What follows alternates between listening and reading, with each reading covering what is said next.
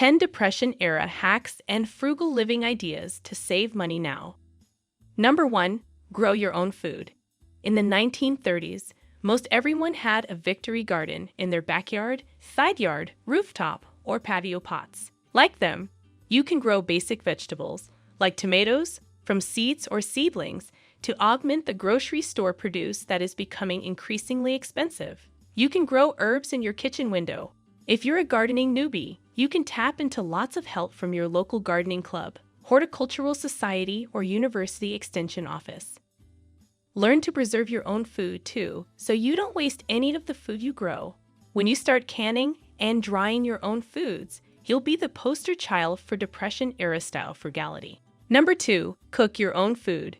During the Great Depression, people got creative with crafting meals out of inexpensive and available ingredients.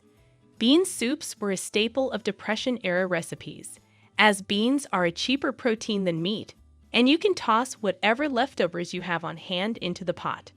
Rice and potatoes were cheap ways to fill up hungry tummies. Even if you don't like to cook, you'll save by whipping up some simple recipes rather than turning to takeout or meal kits. Look for cheaper cuts of meat or add in a few vegetarian dinners for a more frugal menu. Raid your pantry and freezer for ingredients you have on hand, and look for recipes that use what you have to cut down your grocery bills. Who knows? You might even discover some new favorite dishes. Number 3. Go retro on entertainment. If you're aiming for some old-fashioned frugal living, give up the expensive subscriptions and go retro on your entertainment choices. Ditch the expanded cable or one of your streaming site subscriptions. Cancel the gym membership you forget to use or the magazine subscription you rarely read. Instead, dig out the old electronics and check out a movie from the library. While you're at it, check out some new music and a few good books. Work out at home with free fitness apps or simple body weight exercises, or go for a run. Play cards or board games, or listen to a podcast together as a family, as if you were a Depression-era family listening to an old-time radio broadcast.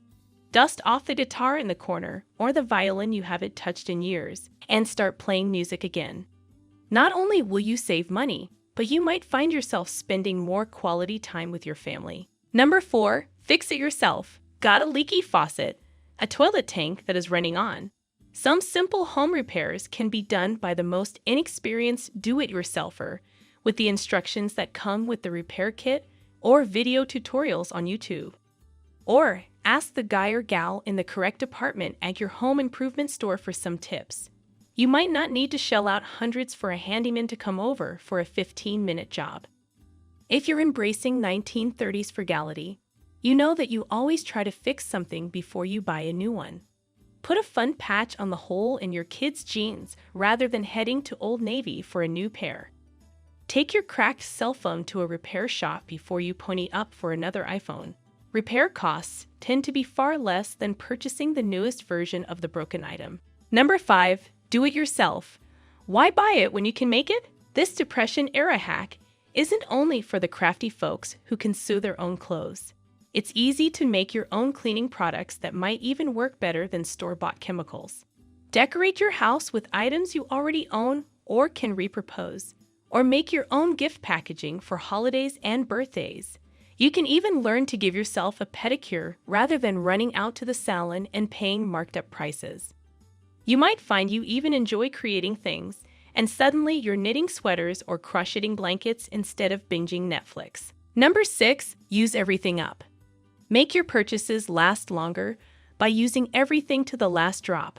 Scrape out the very last drop of peanut butter from the jar, squeeze, and roll that toothpaste tube until you're sure nothing more can come out. And use the last dregs of makeup before you buy another eyeshadow or mascara. Consider watering down juice or even cleaning supplies just a bit to make them last longer. Number 7. Get neighborly. Neighbors who helped each other out fared better during the Great Depression. Why not try to build communal goodwill now to help everyone save? Don't go out and buy a chainsaw for a one-time job when your neighbor would gladly lend you hers. If your child is outgrowing her clothes, see if a local friend has hand-me-downs to give you. Utilize online groups in your community to buy and swap used items or even get things for free. If you can't pay, perhaps you could go old school and trade or barter. You could always volunteer to babysit the neighbor's kids outside for an hour or rake their leaves. Number 8. Reuse and repurpose. Embrace your inner grandma and save plastic and glass containers, bread bags, and shoe boxes to repurpose instead of buying new zip-top bags and storage containers. Turn old clothes and sheets into rags or home decor. Before you throw anything out, evaluate whether you can repurpose it into something else that will prevent you from making a purchase. Think of it as a fun challenge. Number 9. Get a job. Folks who lived through the Great Depression found work wherever they could.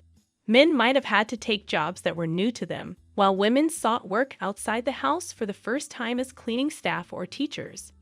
If you've been laid off from the restaurant, bar, gym, or wherever you were working, you can get creative to find paying gigs available now. From shopping for groceries for shut-ins to delivering packages for online retailers. You might even be able to work from home. Check out the local jobs center for listings. You might be surprised at what's available. Number 10. Go manual. You can save on your utility bills by going for the manual option instead of the electric one. Do as the Depression-era housewives did and line dry your clothes instead of running the dryer, and wash the dishes by hand instead of running the dishwasher half empty. Turn down your heat a degree or two and pile on the sweaters and blankets. Walk or ride your bike to nearby errands and get some exercise while saving on gas and car maintenance. Those little savings will add up. As you can see, you don't have to resort to extreme frugality to save money on a low income.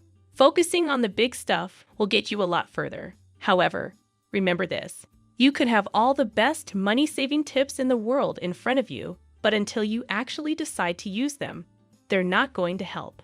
If you really want this, you've got to put in the work to turn things around.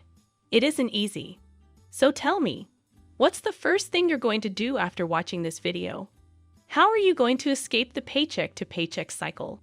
Write it in the comments below and make it happen. You should also definitely check out our other videos on frugality.